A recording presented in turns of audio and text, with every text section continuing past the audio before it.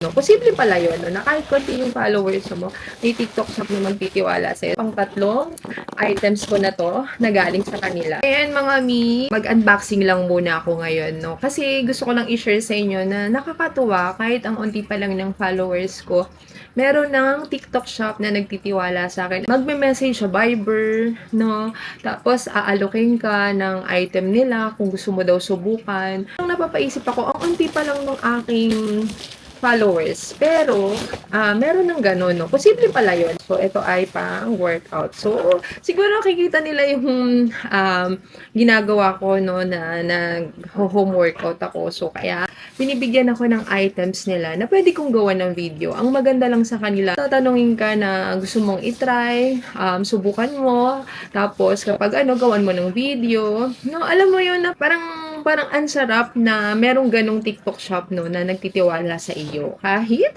ikaw ay bago pa lang na TikTok affiliates. Mini-message ako, tapos sesendan ako ng link kung gusto ko raw na tignan yung item, no? Kasi pag gusto ko, papadala daw nila ako ng free samples. So, ay pang abs, no?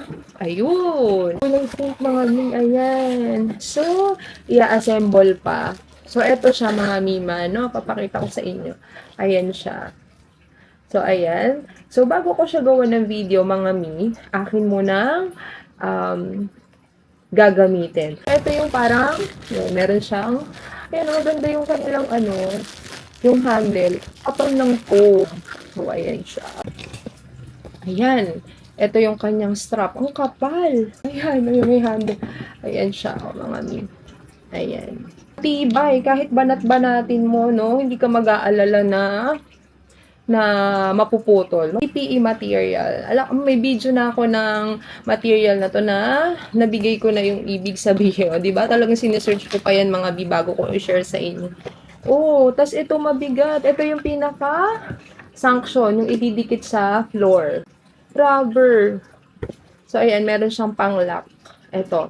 Puro kailangan nito i-lock yan para pag nakahakab na sa floor, no, sa tiles, mas safe siya. So, yan ang i-share ko lang sa inyo at itatry ko na kasi mamaya, no, bago ko mag-share ng video sa inyo. So, yung mga small affiliate dyan, yung mga nagsisimula, siguro talagang pagka nakikita ng mga TikTok shop na kayo ay consistent, tapos yung inyong video ay quality, nagamit nyo bago nyo i-share. Kasi pagka talagang ginagamit mo yung item mo, bago mo i-share, mas talagang mailalabas mo yung anong benefit, no? Anong kagandahan, kung ba't maganda yung item.